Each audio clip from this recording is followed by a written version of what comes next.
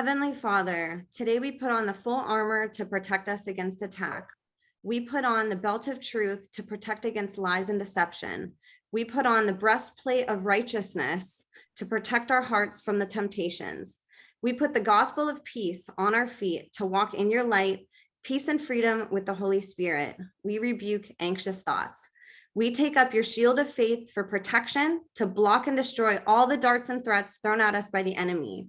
We put on the helmet of salvation to cover our minds and thoughts, reminding us that we are children of a mighty King. We are forgiven, set free, saved by the blood of Jesus. We take up the sword of the Spirit, your living word, that has the power to demolish strongholds and is sharper than any double-edged sword. We come to you, Lord, in prayer daily. In Jesus' mighty name we pray. Amen. Love it. What's up, you guys? Welcome to another episode of The Imagination. I'm your host, Emma, and this week I'm honored to introduce someone who recently caught my eye and my heart, Project Montauk survivor, Dr. Sharnael Wolverton Sehon.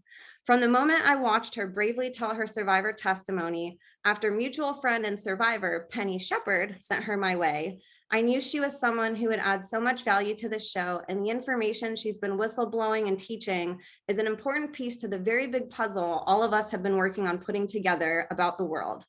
Having survived the things that were meant to destroy her, Dr. Sharnael has also birthed the most beautiful career against all odds placed against her. She's a Swiftfire International Author, having wrote 5 books, including her latest, The Science of Miracles. She's a Naturopathic Doctor, a minister, a mother and wife, a wellness coach, a decorated conference speaker who has done speaking engagements in over 44 countries, creator of her crystal oils and decree deck, teacher of online classes and workshops, including Swiftfire University, an exclusive online training created to empower participants to create supernatural shifts in their health, wealth, and business. She's a YouTube content creator on her channel, Dr. Sharnael True TV, and host of her very own podcast, Swiftfire True TV Podcast, that airs on all major platforms, including Spotify. We all have so much to learn from Dr. Sharnael and other survivors like her, and it's a gift she and others choose to speak their truths to us, even though none of us on the outside looking in can even begin to comprehend how difficult it must be to speak these truths from personal experience. Please give your full attention and say prayers to our amazing guest. And without further ado, it is my great honor to introduce to you today the one, the only, Dr. Sharnael Wolverton Sehon. Thank you for being here with me, Dr. Sharnael. Awesome, Emma. And thank you for even allowing me to share space with you and your viewers here today. I was, before we got on, you were talking, and everyone who's watching, you guys need to know this girl, the purity and her frequency is very tangible and detective. I'm sure that's why you guys watch her. She's pure-hearted, and I can feel it in my body when she talks. So I told her earlier, Emma, you could read the phone book and people would feel love and healed. It doesn't matter what you're saying, it comes through in your voice. And I'm just to share space with you today and with all your amazing people. I'm honored to get to know you and to have this time with you. Oh, that means so much to me coming from you. And I felt the same way. I know I wrote to you in text. When I was sent your video testimony from Penny, she said, oh my gosh, you have to watch this. Her information's incredible. And my jaw just dropped to the floor, and hearing your genuine reactions brought me to tears. You know, it's like I said in the intro, I can't fathom talking about this, but also knowing how important this information is for people to hear, you know? So it's gotta be kind of that catch-22 for survivors to have all this information. And I just want people on the other end to understand that this isn't, this is a different type of podcast where we're talking about some of the worst things that could ever happen to people. It's not always about how most podcasts are, where they feature the greatest success stories and, running multi-million-dollar businesses and getting a yacht and all these things, So I'm grateful that you choose to share, because it's a level of strength, it's a level of vulnerability and of compassion and love that I think is so valuable for people to see, hear, and watch. And it's just a great honor to have you on, and your story really touched me. So for a lot of people that listen to this show, they're new to a lot of the guests and stories. And there's so many things we could cover with you. As people heard, you're so decorated in so many different avenues. So there's a lot of different directions that we could take this conversation. And I'd obviously love to have you on more than once, but I'd love for people who maybe don't know your testimony or who have never connected with you on social media or on any of your platforms. I'd love to maybe start with your childhood and talk about your family and some of your experiences. And we can gradually move the conversation to where you are now. Sounds good. Sounds good. So I was actually born in Montana, I'm told. And my dad is military, or was military. He's retired military now. So we traveled quite a bit all over the world, and mostly in the northern part of the United States, and then also Germany and the UK. I was there when I was young, but then I came back and went to university over there for a part of my university. I was in the States for part. I kind of did both. I went to Bible school, believe it or not, after getting out of college and seminary. I thought that I would be in some type of ministry situation, service to others, and thought that that was my only avenue. I understand now that that's not true, but I've always had I had an encounter with Jesus at 4. I was a part of Montauk from 3 to 6. And I don't know actually if there were other times that I was still a part of that. That's kind of hard to understand and explain because I've had missing time. I've had things come to me. I've had really some strange situations that I'm not sure if that's actually still some sort of tracking or checking in.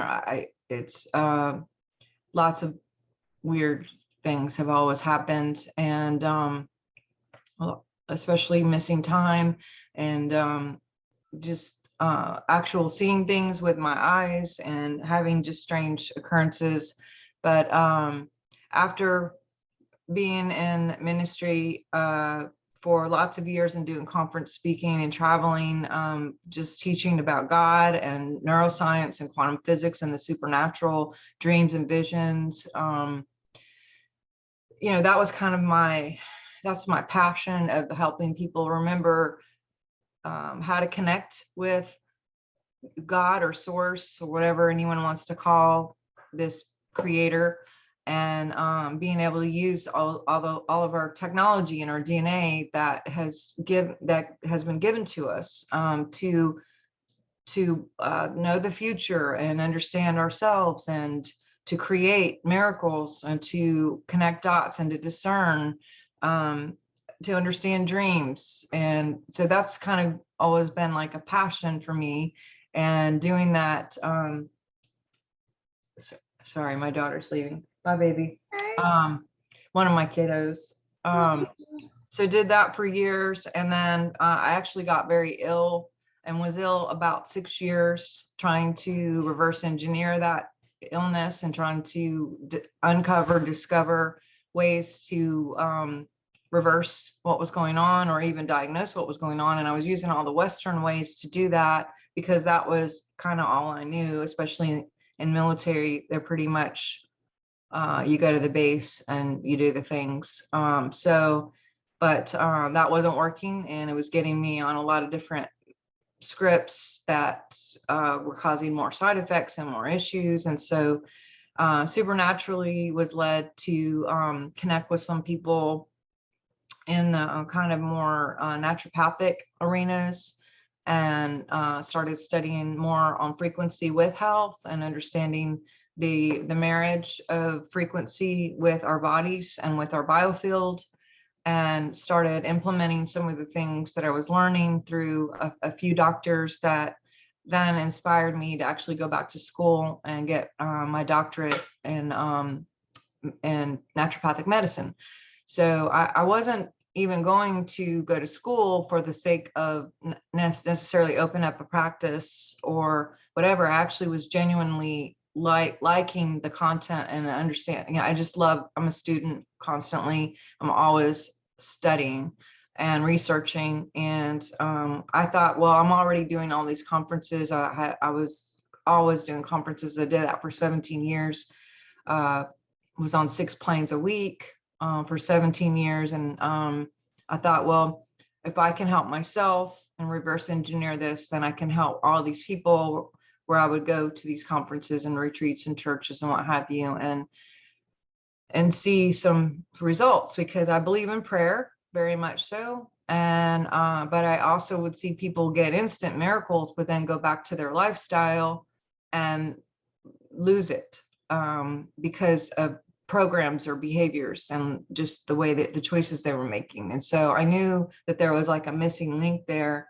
And when I was able to reverse engineer my own self, I had dropped like 80 pounds over a 4-month period, got off all my meds. And yeah, a lot of it had to do with emotional trauma. 86% of all physical issues are emotional trauma. And I had some memories of some of the things that were happening, but they were kind of like, I use this terminology as an expression, but it's like if you had a bunch of glitter and you just like threw it up in the air, or confetti or something, it was like all these parts and pieces of like glimpses of a flash and all these flashes, but there wasn't like a picture that was in this timeline that made sense to anything. And so I felt very fragmented and just confused about some of these things. But anyway. How old were you whenever the memories started to surface? Well, a lot of them I always had. Gotcha. I remember being taken out of the classroom constantly. They were always doing tests. There were blocks and like ink blot things. And then they would take me out. And when I was going underground, they were teaching me how to fly in 7th grade. I have no idea why. I was in a simulator. They said it was a plane. They said it was a P-28. Who knows? I don't know what is really real anymore, but I had a written test. I had a simulator test. I scored like 100 on one and 98 on the other. I never did any actual fly time. And I just thought, and two, like even being taken out of the classroom, I honestly thought like everybody was being taken. I didn't know that I was like an isolated situation. And you were very young, right? How old were you whenever? I was 3 to 6 in Montauk. But there was never heard of Montauk. What is Montauk? Where is it? And what is kind of a little overview of that program? Yes, so Montauk is in New York, and there's a peninsula like out over there that is one of the closest points going across to overseas. And it was a place my dad worked on one of the radars there, a big, huge radar that, you know, they said was one thing, but we know that it was actually used for other things. They were doing experiments on time travel and just frequency in general. They would do different hertz and kilowatts and, you know, all these different things. They would put it out, and they would have strange events happen, weather changes. They would have wild animals just show up and sit in the middle of the street like zombies, and then they would turn it off and everyone would be kind of like, what? And they would go back. They would mess around with the barracks, the military people in the cafeteria. They were doing it definitely using children underground, splitting altars and tormenting electronically. You know, there was a chair or a jump chair. I mean, I just called it the chair. I know other people have different terminology, but so yeah, I mean, I had a lot of that already. I remember telling my parents and knowing they were watching me from the moon. There's some connections there with the moon, and you know, I never understood why they were watching me or what was going on, but I remember like being on car rides or whatever and looking out the window and being like, oh, they're watching me. And you know, just I remember thunderstorms and or times when I would go sit on my windowsill, like I was waiting for them to come and missing time. Even as an adult, I was, maybe 2000, was going through a really rough time in this timeline, and had went to my guest room just to like pray, and I had been fasting and praying, and I remember looking at the clock and it was like 8 something, 8:30 something, almost 8:30. And then all of a sudden I felt like warm heat. I saw a light out the window and I was like, what? And then this warm like heat, or like honey or something, like a liquid, would cover my entire body. And I felt very loved, and it wasn't fearful or anything. And my hands were in the air actually, because I was like praying, and then all of a sudden I actually saw all this stuff and whatever. Anyway, it seemed like a minute, and then all of a sudden it was really, really, really bright light, so much so that even though my eyes were closed, I felt like, oh my God, God must be in my room or something. Like there must be something happening, because it was so bright. Yeah, I don't know if you've ever had your eyes shut and then a light comes, like a flashlight, and like, what is that? And you open your eyes and the whole room was so lit, and it was it made no sense, because it was 8:30 at night. It was dark outside, and when I looked out the window, it was light, and I was like, where is this light coming from? And I thought it was coming from outside. And so I got up to go walk out, and it was just really light. And then I came back and I looked at the clock and it said 8:32 or something, like just a couple minutes had gone by. And so I was like, okay. And I felt really discombobulated. And so I walked out of the kitchen and did whatever. And then I looked and I realized that it was 8:30 in the morning and I had lost 12 hours. So just weird things like that, where it's like, I don't know what happened, but there's been times like that. I know at 10, I had written a book called ESP for Me. I knew people's birthdays. I knew strange things about situations. I think that's why maybe they picked me, but I have memories of being in my mom's womb and them messing with me even then. So it's like, how, it's kind of a lot to there's a lot of really terrible things that I wish I didn't remember, that I've always like thought I just had a really bad imagination. When these things would come up, I would be like, oh no, stop, and just like try to block it or suppress it and just go like, stop it, Sharnael, and but then when people started more openly talking about dumps and children underground in cages and whatever, I was like, oh my God, this is like a real thing. And because that's what I remember being in cages underground, lots of children. I know they use dogs and other things to try to scare us. It was very, very cold.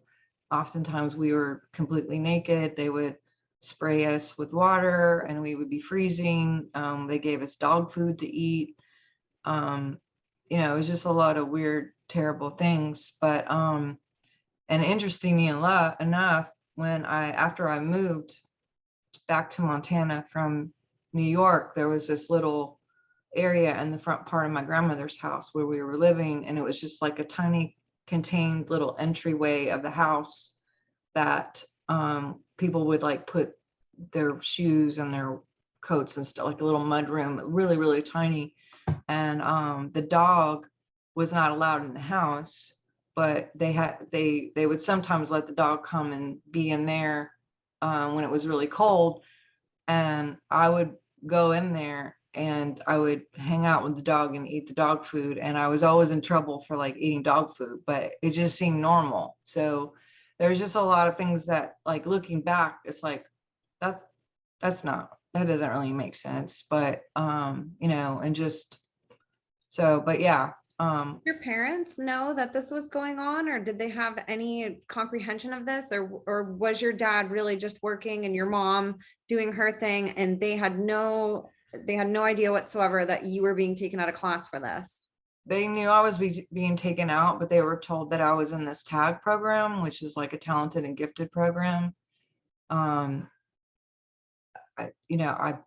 They genuinely are amazing people and very loving, kind people. As far as my dad working on this radar, I have like grilled him about, what did he know about it? Whatever. I mean, he knows a lot about the actual technology. As a matter of fact, he was recruited by Westinghouse when we were in Germany, and we went to Westinghouse, the VP of Westinghouse, and stayed there, which Westinghouse was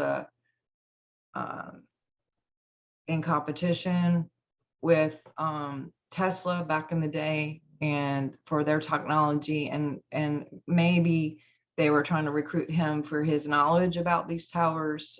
He didn't take the job, but we stayed at their house for like a week or so in England. So, but yeah, I've asked him. He worked on these towers. There's one in Japan. There's one in North Dakota. There's one. He was in Iceland. Anywhere he went, it was always about these towers that had this satellite. And he doesn't. I've asked him, like, do you believe in aliens? All this stuff, and he's just like, oh, But so everything is very compartmentalized in these projects. And there's some people who do this and some people who do that and this and that, and they're not all given information. There's no bleed over. They do it on purpose separately because they don't want anything to get out or to be compromised or multiplied or recreated. So I don't think that he personally had anything to know about that. But as an adult, when I was even remembering more about some things, I had sat down and asked my mom point blank, like, you don't think it's weird that they were teaching me to fly? You don't think it's, like all that stuff. And she was like, well, you were in the gifted and talented program and all this stuff. And I was just like, well, yeah, but underground. And I had never said that to her before that minute. And I didn't ever have like a physical confirmation that anyone had told me that or that there was anything underground. It was just my memories. And she had said, oh, you mean Montauk? And I was like, so And she was like, well, I know that they have a lot of underground facilities, but I didn't know you were down there. And so it was just like fun. I felt like relief, but also like sad.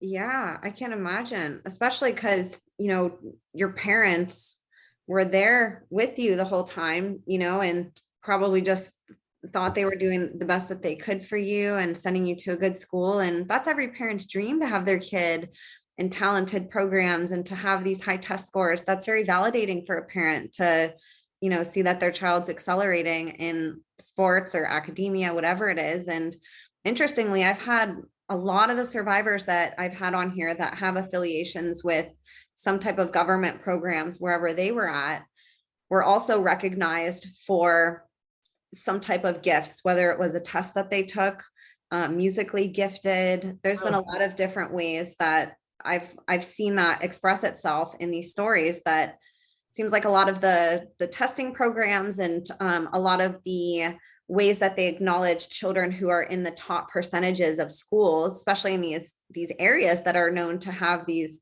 facilities and these things going on. It seems like they're more recruiting programs than actually, acknowledging a child or making it beneficial to the child. It's like, oh, we can see who might be good for these programs and they're targeted. Do you think that were all the kids that you know of in that program also gifted in some type of way? Did you notice that was kind of a common thing, or did you not really get to have that understanding back then? I only know of two that I can remember now of being there. There was one face that stayed with me all the time. Yeah, could you talk about that? I think a lot of people will know this name whenever you say it, but I think it's a really important piece of your story, and it's very fascinating. Yeah. One person I won't mention because he did go public and it wasn't a good, really positive experience for him. And he was, I don't, but the other person isn't even with us anymore. Max Spears is someone that I remember, and it doesn't make sense, to be honest, because he was, there were 6 years difference in age and physical, this timeline, but in my memory, he wasn't like little, like he wasn't, I mean, a matter of fact, 73 to 76, he wasn't even born till 76. So I have had my brain turn upside down to, I didn't really talk about him. Now the way things started happening is in August 2016, someone sent me a video. And when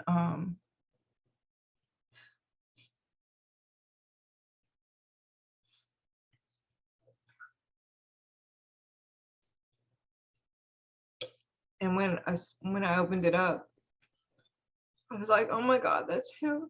And I was really excited because it had just been uploaded like 7 days before that day. I like immediately looked to see how old this video is. And You were automatically like, oh my gosh, I recognize him. It's him. Yeah, it's him. And I thought it was interesting too. One of the things that you had said was prior to seeing this video, you had, and this might seem kind of weird for people, but you had brought up a photo of Ryan Gosling and Max put together and said that up until then, for some reason, Ryan Gosling always triggered you where you have these emotional reactions to it and never knew why. And there's an incredible picture you have putting both of their faces together, and it's so uncanny how much they look alike. Yeah. So that also had to have been validating to be like, okay, it's, now I see why that face had that impact on me, because it looked so familiar, because it looked just like somebody that I grew up with. Yeah, I never knew what. I'll find the pictures because I think that'll help people see. But yeah. I have screen share up too if it's, look at that. Oh wait, just changed. Oh, what happened?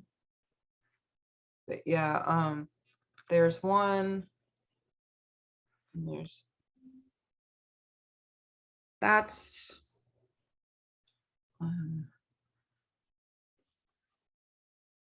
oh my gosh, sends chills down my spine looking at it. It's so,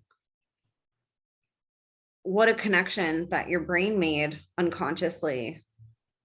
Look at that, everybody.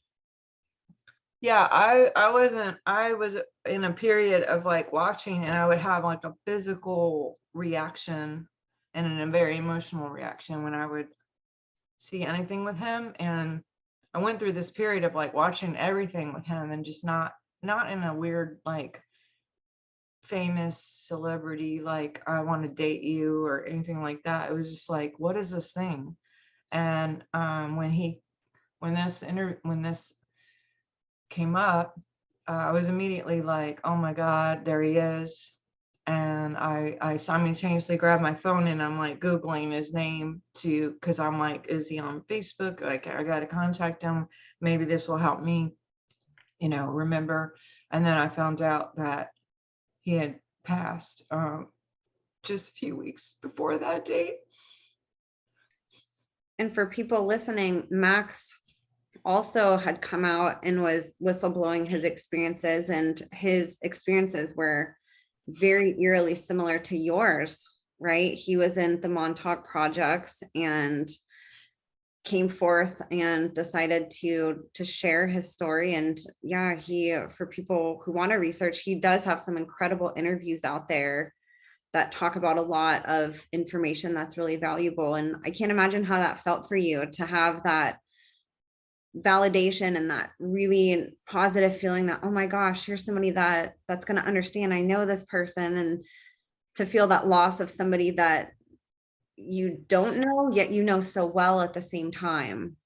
Yeah, I mean, and then there was like a lot of bleed through that happened like instantly, and it was just this surge, and then the major grief, like super bad grief of just like I found him, but I lost him in like 10-15 minutes, and he had helped you through some things back then, didn't he? It seems like he was almost like an angel in your life back then with some of the ways that he almost protected you. And he was very protective, even though I didn't see him as younger. I don't know how they do that. I'm told that they can manipulate and age regress, and you know, I'm sorry, it's a lot, but yeah.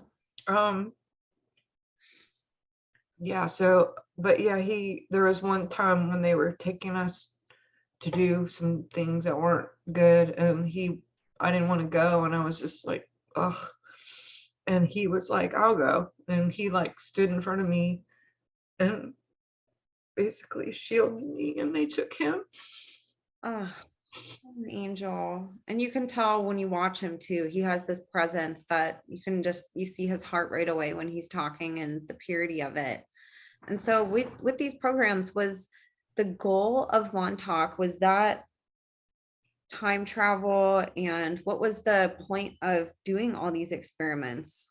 Oh, they were trying to tap into other dimensions, other timelines, other Earths, planetary, other planets. I have memories of Jupiter, definitely the moon. Parallel places. I'm not really sure.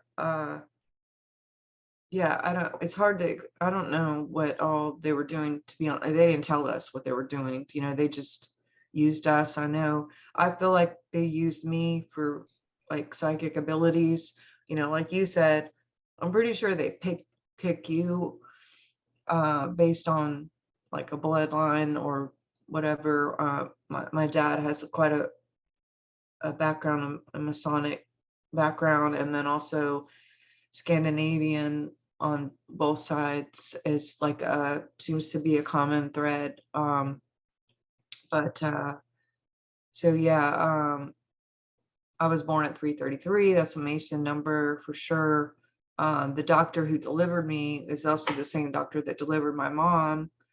And his name is Dr. Harold Messenger, which I just think is kind of interesting. But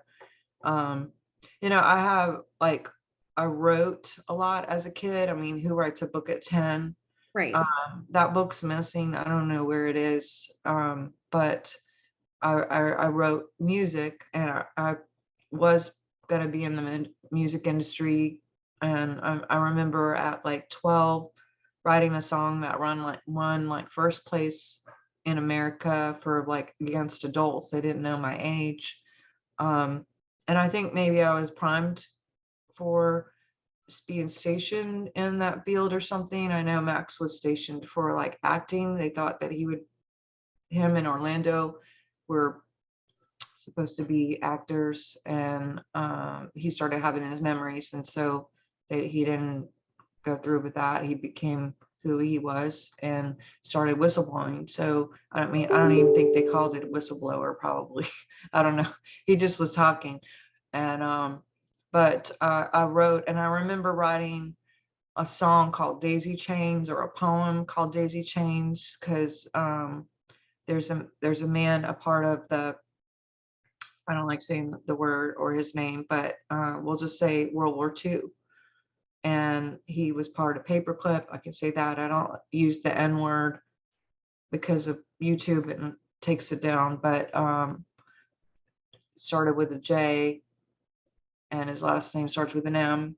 And he was a part of a lot of these twinning projects and Oak Tree and genetic things that he did. And one of his, like, even in World War II with some of the survivors, he would do this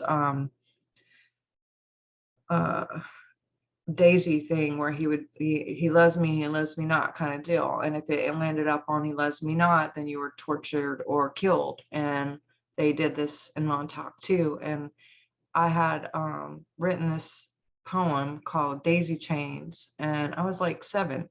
And it was like, imagine you living in shackles too. And I know you don't feel the pain. You don't even know my name, living in daisy chains.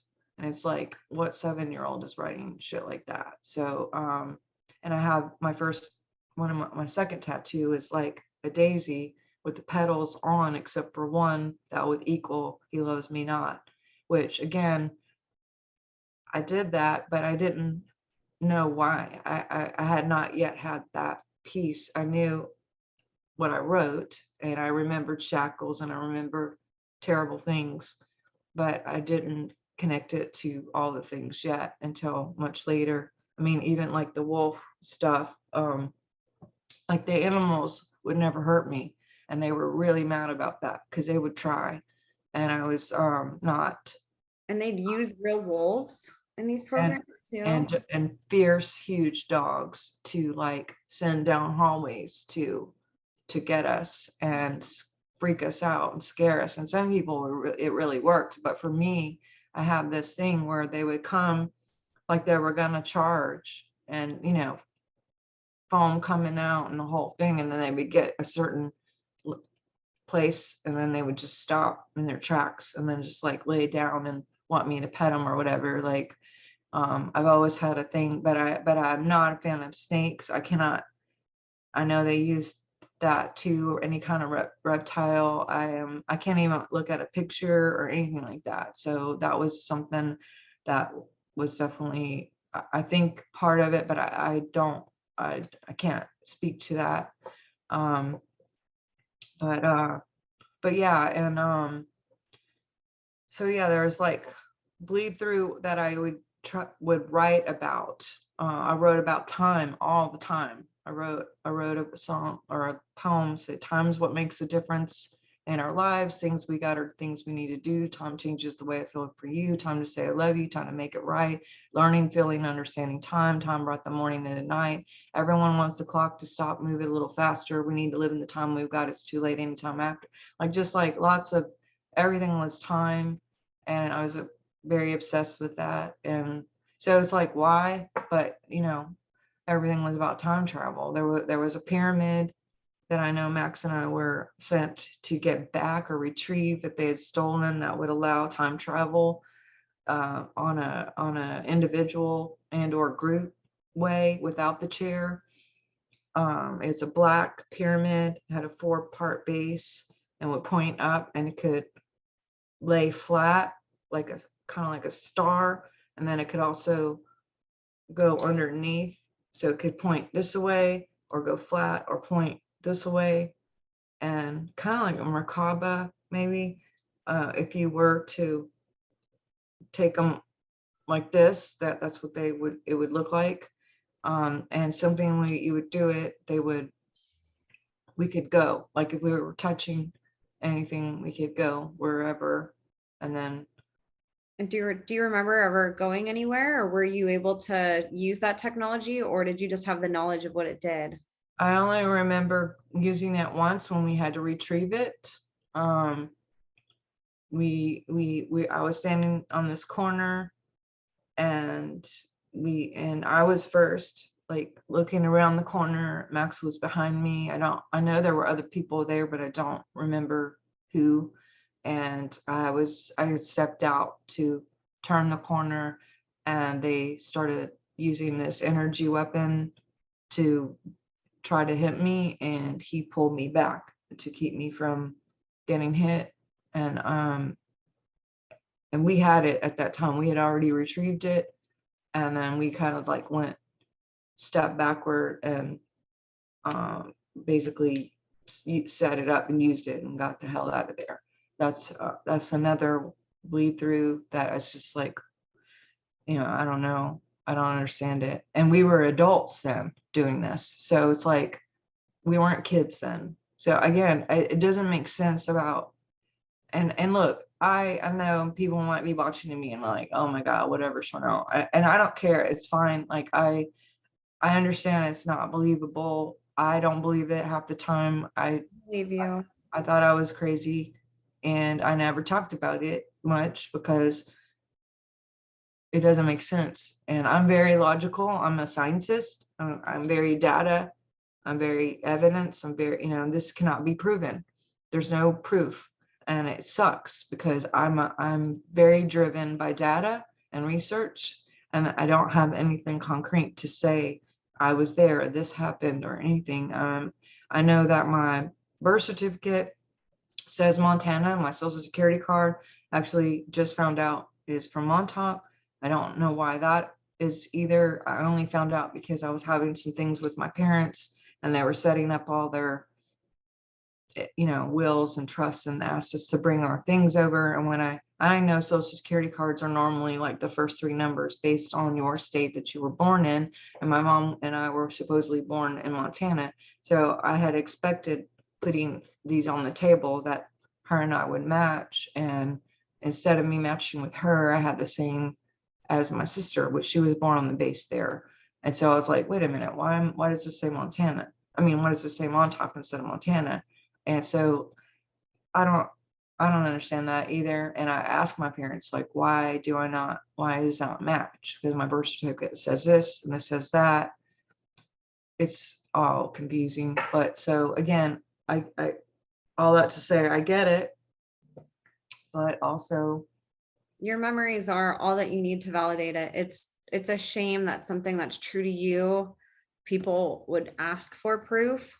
But I think most people listening, your story aligns. That's always how it is. And that's the point, right? Abuse can happen because they don't give you evidence. If they gave you all the evidence that you could present, everything would be actually exposed, because that's how you prove things, is through tangible evidence. And that's done by design, and that's why your voice and your story is so important, because your memories are evidence of this, and they corroborate with other people's memories that have had these experiences. Like Max, you can listen to some of his interviews and see the crossover. Why does he have the same exact memories that you do?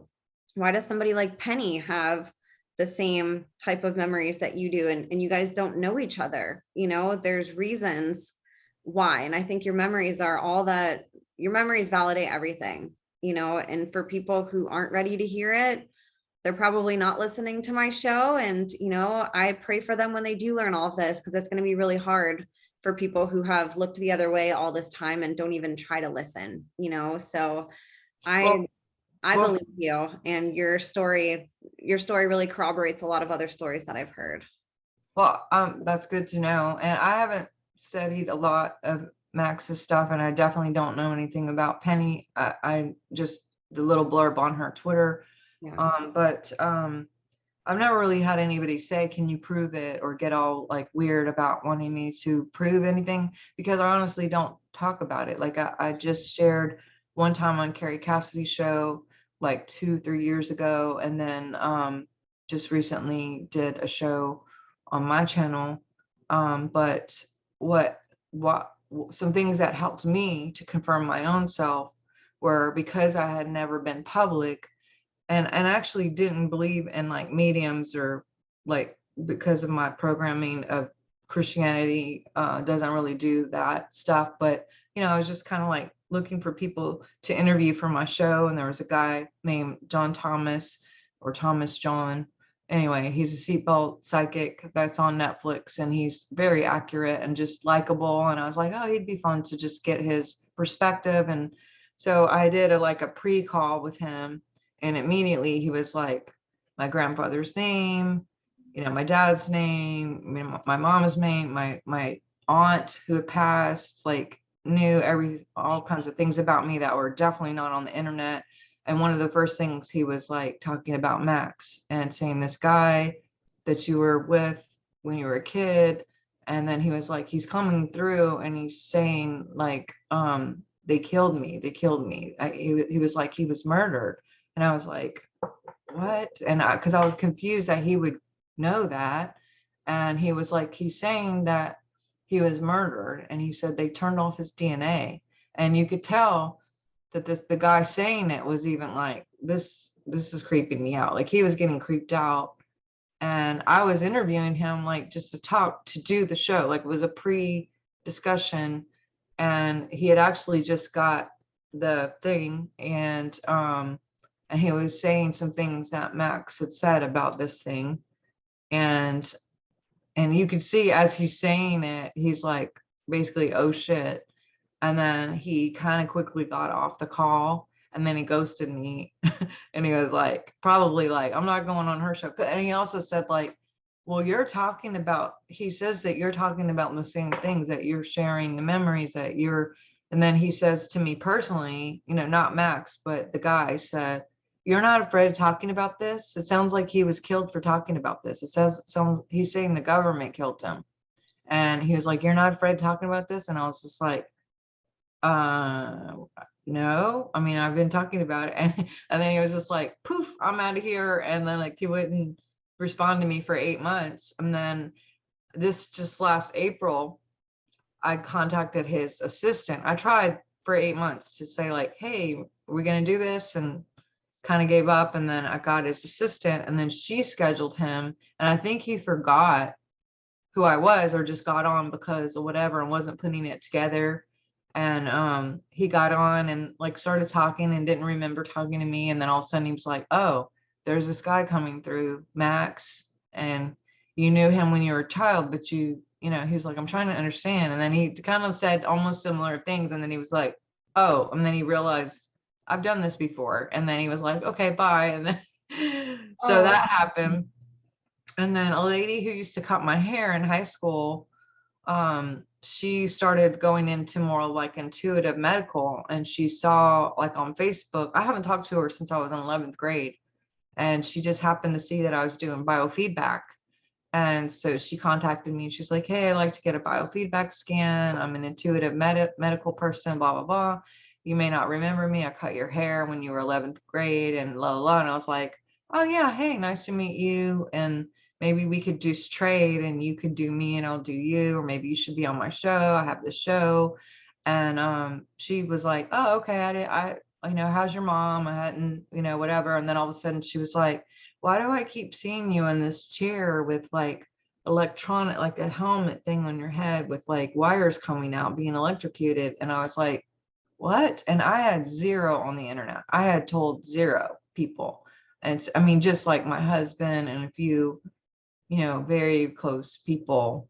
And it was just like, so for me, as much as it sucked to validate, it also was like a relief to feel like, oh my God, I'm not crazy. Like here's people on the outside who are confirming these memories, but yet, and it was, again, sad, but also like, okay, I'm not super crazy. I'm not going to lock myself up here, So Yes. Now, how did your parents react when you started telling them what you remember? Were they supportive, and are they supportive, or was it more kind of, no, that didn't happen, I think you're just imagining it? no, Not my mom is, well, I don't know how much my dad knows. They don't watch my shows. Again, I've only talked about it publicly on another person's show, Carrie's show, and then just this one time on my show. So it's not like we all sit around on Easter and talk about stuff, but I did sit down and talk to my mom, and she was just profusely sobbing and just, feeling like she let me down and disappointed, and, just sorrow for, feeling like she didn't protect me. And, but my dad has been going through some health stuff, and, I didn't like confront him or talk to him about any of that yet, but I don't know if I ever will. I mean, I did ask him questions about what he did there, and, really got a lot of information, but I haven't physically said, well, why didn't you, whatever, or, anything like that. Gotcha. And was your father a Mason also, or was that more generationally, like his father and then kind of your lineage through grandparents? His dad, my dad never got involved. His dad, and all the way probably, I don't know how far back, but But yeah. That also seems to be so common that even if it's not the immediate parents of the survivor, that tends to be in the lineage for people who seem to be chosen for a lot of these programs. Now, when you started to get these memories, and that can be really scary going public or talking about it, what inspired you to even want to talk about it to people, or to, especially on a public podcast, or to people that you might not know very well? Well, when I was connecting all the stuff with Ryan Gosling and Max, I started going down this rabbit trail because I know Max had even mentioned on somewhere. I haven't looked at a lot of his stuff because I want to keep it like,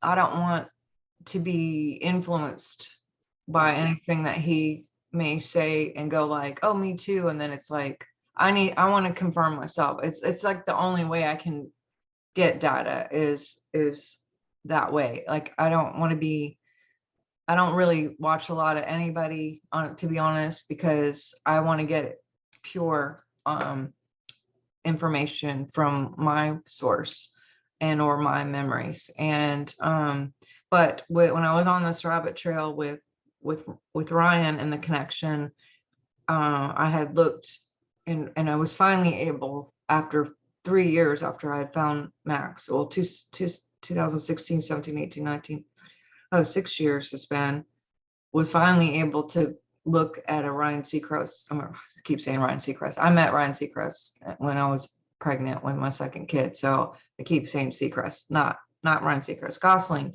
When I watched some things recent with him, and I wanted on purpose to watch something with this one where he had a mannequin, because I had all of a sudden felt like to find out about the Mannequin Project or Project Mannequin. And I had, so I watched it, and then Carrie actually called me that night, which we don't talk every day, but she happened to call me about something else. We do a show once a month, and we have for a couple years or 3 years. I don't know. It's been a while, but when she called, I said, what do you know about Project Mannequin? I'm trying to find anything I can. And she was like, well, look up Dollhouse. There's like a movie Dollhouse. And then I look up, what else did she say? This guy, Donald Marshall, and that he had some things with some books or something about cloning. And I said, well, I just watched this movie and Ryan is in the movie and he's carrying around this mannequin. I did it on purpose because I thought mannequin and that there might be some clues. And as soon as the movie comes on, like, one of the first things is someone calls him Mr. Sunshine. And Sunshine was Max's like trigger word for all to going into an altar. And I was like, whoa, like, why did they just say that? Like, I was like, immediately picked up my phone and I'm like Googling the movie to see like, what's his name in the movie? I knew it was Lars, but like, is it Sunshine? Is that his last name? And it was a different name. And I'm like, why are they calling him that? But then I started looking up Ryan and found out that he had a band that started in 2008, which I didn't know he had a band. It's a 2-person band. And Max had his memories come through at 2008. And so Ryan starts this band called Dead Man's Bones, which for me, with my background in ministry, my first thought was Ezekiel, Dead Man's Bones, the Valley of Dead Man's Bones. And so I look up Ezekiel 37, which Ezekiel is all about like aliens and spaceships anyway, and off-planet stuff. But the Merkaba, the wheel within the wheel, that was all a spaceship and stuff. But 2008, and then in here it's Dead Man's Bones, and it starts talking about blowing breath into these bones, and then like ligaments and joints come together, and then he's like, now blow from the fourth winds, that and then so he does as he's commanded, and it becomes a quote vast army. And one of the things that Carrie had said on the phone previous was, they're building this army, this clone is for an army because they think there's going to be like an ET war, and they want these soldiers who have these skills but also are very obedient and blah blah blah. And I was like, oh my god. So when I started Googling where did they get the name Dead Man's Bones, like for this band, and it came back from Disney. And I was like, okay, we know about that. And then also it came from this guy from Red Hot Chili Peppers, these two guys from Red Hot Chili Peppers, which one is Flea and one's Chad. Well, coincidentally or not, literally 3 days earlier, we were watching American Idol, and this girl was one of the candidates or whatever, contestants. And she had said, oh, my dad is Chad so-and-so from Red Hot Chili Peppers. And my husband, who this isn't his wheelhouse at all, had said, oh, AKA Will Ferrell. And I was like, what does that mean? And he was like, you don't know? And I'm like, no. And he's like, oh, it's a big thing because he looks just like him. And he pulls out pictures. And I was like, oh my God, they look just the same. So now here we are 3 days later, and they're the ones who, this guy who I looked at it straight. I'm like, that's a clone. That's straight up a clone. And now Ryan, he started his band from that. And they used the choir that these guys had used in their songs, which one of the songs is My Body is a Zombie for You. And I'm like, really? Like, so Ryan wrote the song and it's My Body is a Zombie for You. And like Max had said he was his clone, and he's older than Max, so it could easily be cloned from Max. And Max didn't take his role in Hollywood, so maybe they made Ryan to do that. I'm not saying that this is true. I can't prove anything. I know that Ryan's from Canada, so I thought maybe, I know there's a base up there underground where they do a lot of this stuff, and Michael Prince or James Cosbalt and Max were there. And I was like, well, maybe he was close by. But there was another one that had lyrics that the children were singing, kind of inappropriate lyrics that said like lambs to the slaughter, so it's like, it's just bizarro. But so yeah, all of those things, when I was just started like putting some stuff together, and I Googled, why did they call it that? Because their band is that, and then their first album is that. And it said that it was Ryan's love for the paranormal, which I didn't know he had a normal, like, I mean, I guess he wouldn't talk about it, but, I don't know. So again, this is all me making up a bunch of stuff that I'm just expressing and some, saying like there could be something to the fact that maybe both of them started having memories in 2008. And then his band formed and he created this album as an expression of getting some of this stuff out. He also had a song called Werewolf Heart, which I mean, that's a big deal with Montauk. And also we were called a wolf pack. We were in 5 people. There was 4 guys and a girl, and they called them packs. And I've always been obsessed with wolves. Apparently, I'm told now that Max had German Shepherds and wolves. I've always had German Shepherds or not wolves, but a husky. I have the same dogs and obsessed with that. I even had this ring created a few years back, and also just found out that this turquoise is his birthstone, which I don't know these things in the natural. Like I'm just creating, I don't. Conscious mind is like expressing itself, and it seems intentional, but it's not. Almost, it's like from your memory and your heart. It's all the subconscious stuff that I'm like expressing or putting together, or it's like those pieces of the graffiti, or confetti, that I'm just like, oh, these two go together and these two go together, and that makes sense. And again, not provable. But I can't make them go away. Like it's like, how do you prove the Holy Spirit or God, or, it's either you believe it or you don't. And I'm not going to try to convince anyone or defend it, or it's just like, this is what it is, take it or leave it. I'm cool if you are not, and I'm fine. And I love you just the same. And not just you, but I mean, in general, like kind of that's my attitude and I feel there's times when I can really research and I'm like on this path to like pull more together. And then there's times where I'm like, oh my God, I gotta like integrate and back off and like cry. And, there was a good several years. I mean, really, honestly, when I first saw the video, when he came up in 2016, I couldn't barely even talk for 3 days. Like I was just a mess. And I lots came through. I was like, I thought maybe then I might lock myself up. Like I felt that crazy with everything that came through then. So, but why did I come out? Tony Rodriguez has been an amazing part of my support journey. And I had him on my show a few times, and he just came out with his book. And I hadn't really dove into things for a while. And then I had him on a show maybe like a month ago. And then it was kind of like sparking some things. And then all this stuff with Ryan and the mannequin. I was just like, I just found all this stuff and I felt like pressure. I don't know how to explain it. But when I get like a lot and I know I have to talk, it's like I feel like I'm going to explode if I don't either write or paint or speak.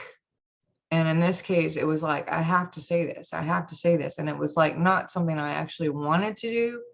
And I don't know how much I'll have to continue doing it, but it was like, and as soon as I did, I felt like so much relief, like I can breathe and I feel really like my body could be at ease. And it was just like, I was like in my mind going, if this can help one person, like even one person who feels crazy and maybe have some kind of thing that would trigger or help, because Tony's helped me and other people that maybe you've interviewed have said things. When I talked to Penny, I called her and I couldn't even believe she would talk to me.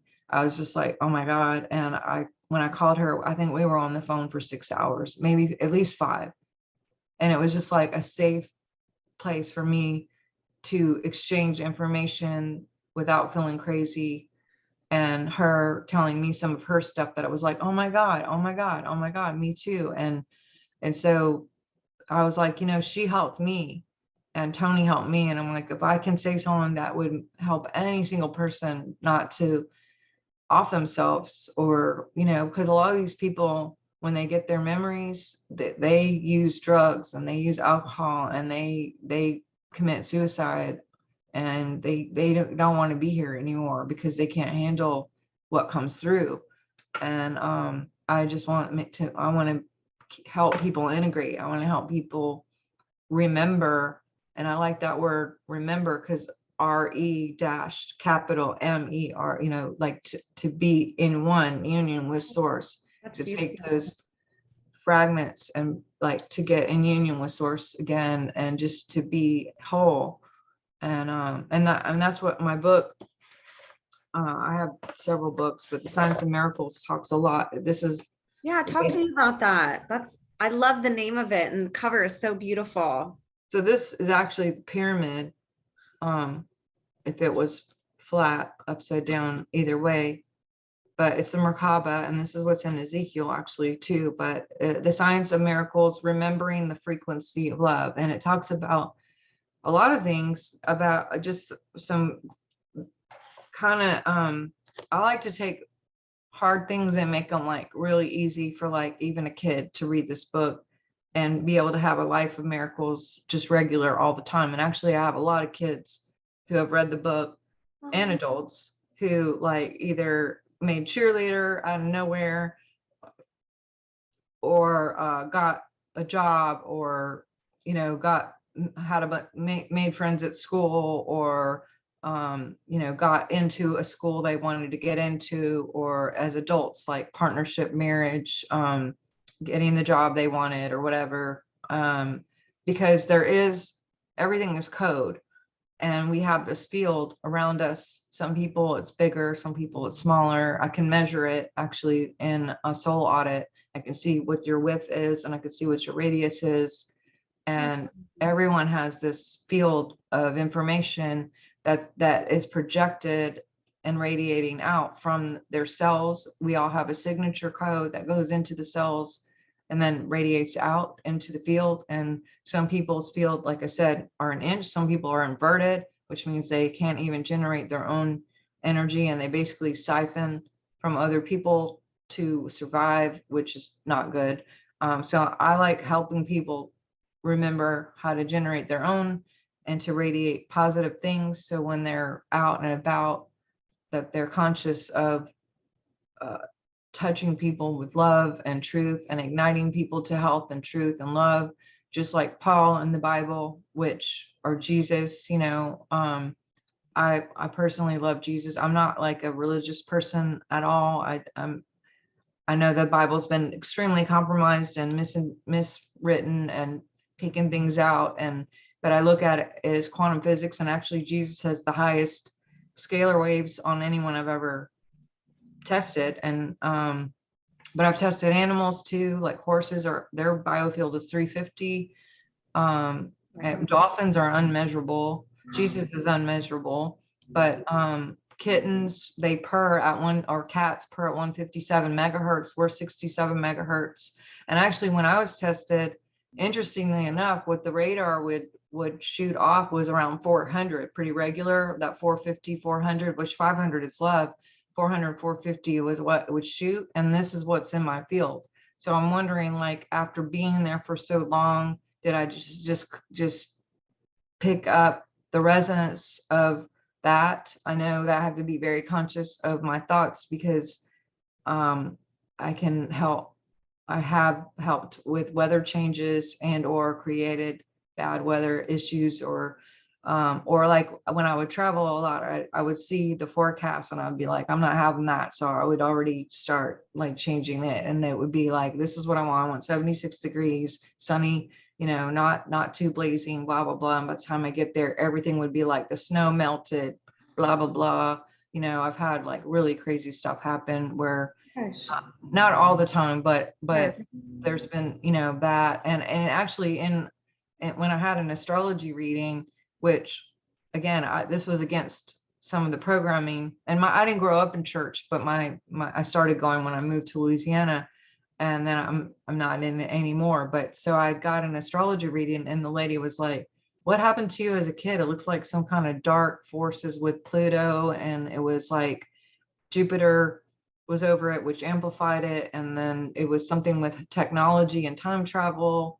And she was like, things happening really, really fast. And I was just like, and this is again, years and years ago, before I told people, except for my very close thing. So it was, again, more confirmation. And then she was like, you need to be really careful about, like, you can change the weather. She said, you have to be careful with your emotions, because you can change the weather. And I was just like, no one's ever told me that. Like, I mean, I teased about it. I would be like, look, I'm going to do this before we get there. And it was a joke, a running joke with the people I would travel with. They'd go, it's going to snow tomorrow. I'm like, no, it's not.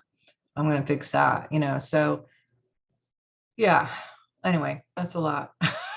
I feel like I'm talking too much. No, it's amazing. Penny was the only other person I've ever had on that mentioned, weather modification. And it just brings to light how many things that are suppressed about our abilities. We're taught we only have 5 senses, and if we're not cognizant of something existing, then it really doesn't. Like, we create our reality with what we know and believe, so I feel like it's fascinating hearing what we're capable of that many of us aren't even aware of, that's just inside of us. And I'm sure more people are susceptible to experiencing these gifts on a different level than most people, and that there's different levels that these things can be experienced or manifested in real life. But it's just amazing. And I think that that's what your work does. It's helping educate people on things that are inherent in us that we either don't know about, or we forget about, or we're just unaware of, and I'd love for you to talk about some of your social media that you're doing and some of the other work that you're doing too. And obviously it'd be awesome to have you on again and just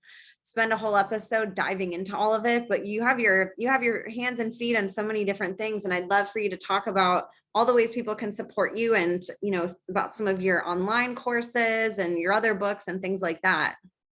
Awesome. Well, and you're doing the same thing. Yeah, this is what you're about. You're bringing information out to the forefront. You're bringing on other people, and with your heart and your purity and your love and your integrity. I can see, your service is very important. And for all of you viewers who are watching, I don't know her like personally. I just met her briefly before. But I know instantly when I meet people, I can see their field. I hear their sound. I know their frequency, if it's a fit, and if their motives are right. And so what you're doing is we're all doing it. Hopefully, well, not everyone is doing it, but I just thank you for your service as well. And for all of you watching, everyone has their own thing that they're doing, and I can't do what you guys are doing, and you guys do things that I can't do. And that's what's so beautiful about us each being just a cell of source, so diverse in our own realm of, community to, we need each other, and there's no separation, and we're not isolated. That's all just an illusion to keep us feeling lonely, but we're here for now, and we picked it, and this is what we're doing. But yeah, as far as what do I do? You do it all, girl. I teach a lot. I do tons of interviews every week all over the world. I've been, I used to travel before all this stuff happened, and then it moved on. I was on TV for 3 years, and then it moved online, and even traveling moved online. And so I do conferences online. I do teaching online. I'm on podcasts all the time. I've written 5 books. I've written Keys to Third Heaven is one of them, and The Science of Miracles is one of my newer ones. I wrote, this is just a little tiny book, The Seer's Handbook, kind of talks about like feeling, touching, like understanding things. I have like a course on dreams and visions. I have muscle testing. I have health stuff, like I'm keto. That was a big part of my health transformation, of just being able to get my dis-ease into ease, and clearing some things that were diagnosed. I have a crystal card deck that people use for like Reiki, massage, or just like educating. I actually picked a card for you, Emma. I actually picked smoky quartz. And on the back, it says, smoky quartz is very grounding, has the ability to amplify itself. Crystals around it. This crystal is amazing for physical healing or transmitting all things that are not for our highest benefit. This crystal is a huge support physically for fluid regulation, AMF protection, chemotherapy, headaches, depression, and more. And then I always have a decree with each of my cards. I am secure and grounded, and I stay. And the companion oils are myrtle, lemongrass, spruce, and frankincense, which I can text this to you. That's interesting. Yeah. I've been on this like lemongrass kick lately. I don't know why, but I recently I have an oil for my dog because it repels ticks and fleas that I put on him. And then for me, I found this essential oil face cream that has lemongrass in it. And I have just been loving it. For whatever reason, that smell, it's been like the last few months, I've just been like attracted to it. So you're already doing it. Your intuition has kicked in. But yeah, so there you go. Thank you. But yeah, I have Swiftfire University. I have so many online courses. I have my podcast. I do biofeedback remote. So I can test up to 30 reports on EKGs, EEGs, organs, hormones, skeletal. It does an EMF report to see if there's anything going on in the home that is affecting your physical body. There's a spiritual report that shows if entities or dark forces or anything's going on with that. It shows if there's any viral, parasites, infection, bacterial.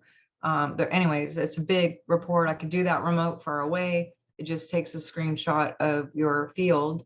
And then I use my intuitive as well during the consultation to kind of put together a protocol for people to be integrated.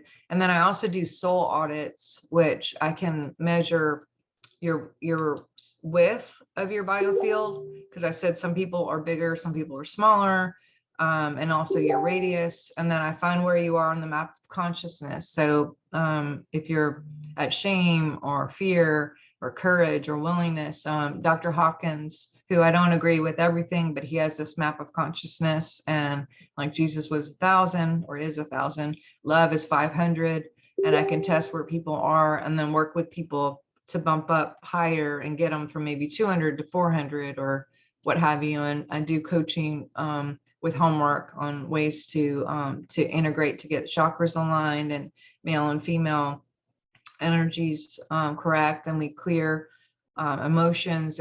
I'll find the top 5 emotions that are blocking that ability to get into a higher consciousness.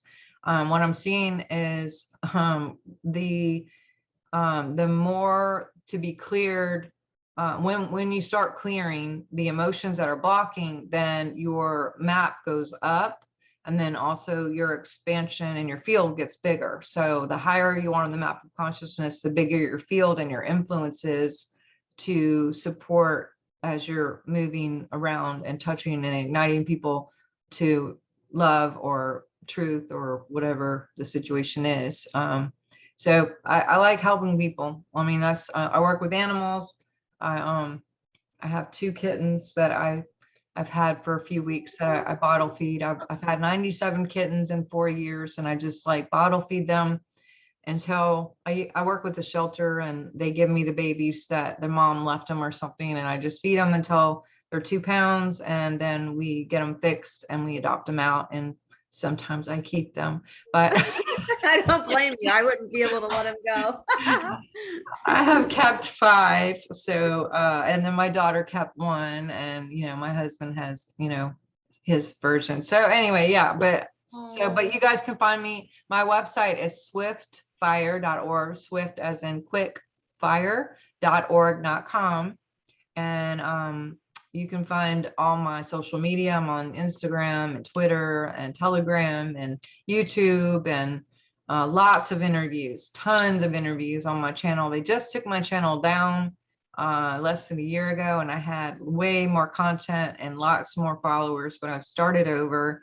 And but yeah, I had managed to get some of the content back up, but you guys could go there, and there's lots of teachings. There's a whole playlist of teaching on EMFs and like the biofield and keto and energy and deprogramming and reprogramming and living in miracles, and lots of like conscious language and health tips and aromatherapy and crystals. And so yeah, that's kind of some of the things I do.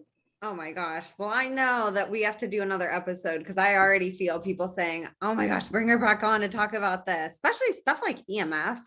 That's stuff that we're all exposed to, but yet hardly anybody even knows anything about it, So what the work that you're doing is really important, because you're talking about a lot of the stuff that is all around us that we aren't trained to even think about. We're all programmed to just think all this stuff is normal around us, and to think feeling crappy is normal, and to think that the only way to go is Western medicine, and that there's no way that our bodies can heal ourselves. So I'm actually really excited to learn from you a little bit more too, and think that your work is just incredible. And your energy field, I feel it all the way over here. You just have this warmth and this beauty about you that I just love. And I know everybody on the other end can probably feel it too. So I am so grateful that you came on. It means the absolute world to me. You touched my heart the first second that I saw you and heard you.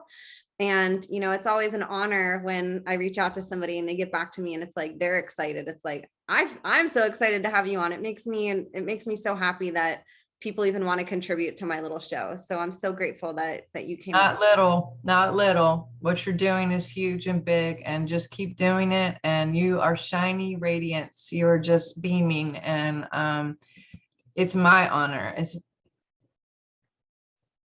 It's my honor to be here with you. I mean, you're just so precious. And I just keep doing what you're doing and stay pure like you are. Oh my God, it's just amazing to hear your voice. And your field is just this magenta real strong magenta pink, a hot pink color, and it's very tangible and just very magnetic.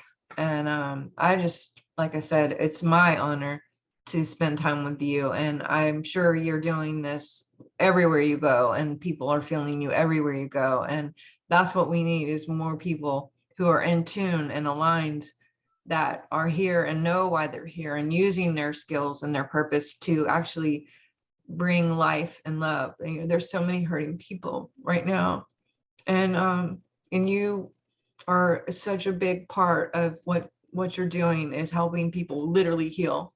And I'm thankful. So much gratitude for you, Emma.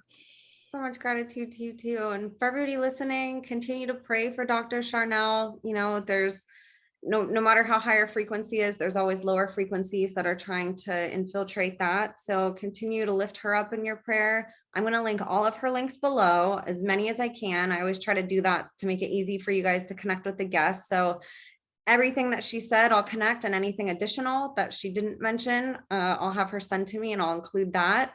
But please go support her. That's the best way that we can do this. My channel got taken down a few months ago too, and it's heartbreaking whenever you spend so much time, and we do this for free. You know, this is free content that we're doing, and oftentimes it costs a lot. So if you guys appreciate her work, please go support her, get her books. Where can people find your books, by the way? Are those on your website? On my website, yes, and I do have an audio too. If you would rather listen, you can listen. Only the last one, the Science of Miracles, was on audio, which that's a whole different miracle situation. And some of the audio is different from the book. So, and also there's something about frequency and hearing it, but also some people are very like visual, and there's pictures in the book. So, you know, I try to make it both. That's wonderful. So I'll have all of that link so you guys can go visit her website and support her work. Hire her. I always think it's awesome when we provide the resources for survivors. You know, we want Dr. Sharnael to continue to be able to do this 24/7, and that's going to take us helping resource her. So please go support her. Donate to her by getting a service from her or buying a book and learning. And Dr. Sharnael, you're just such a beautiful soul, and I can't wait to connect with you again. And I'm so grateful that you came on today. Awesome. You guys all have a great week, and just thank you again for letting me be with all of you. And I hope to connect with you. I love all this, but I really miss conferences, because I could sit and sign books and like hug people and see their eyes and feel their field. And so what I really love is when people watch something like this and they just send me a quick message and go, "Hey, I saw the show with Emma and I just want to say hi," or something. And then I have like a direct connection, then I could see faces and eyes and like send love and send good vibes. And so if you guys are out there and you just want to send a hi, or if this has helped you at all, like, it is encouraging to hear, like, did this even help anybody? You know, it's like, what am I doing it? Is this good? Like, so yes, love all of you, and thank you for everybody doing what you're doing, where all of you are. This is an important season in this timeline, and people are hurting. So when you go out to the store, smile at people, love on people, hug people. You know, there's so many people going through terrible, terrible things, and just your eye contact and your smile, you have no idea what you may be doing for someone, of just asking, how are you? Are you good? You know, to strangers, and just being kind. And those things are so uber important right now. So if I could leave with that, that would be my biggest invitation for this season and time right now, is just be kind and love on purpose right now. And I think that's the perfect place to end today. So thank you guys so much. Connect with us. All the stuff will be in the show notes. Thank you all for listening. As always, we will see you next week, and God bless you all.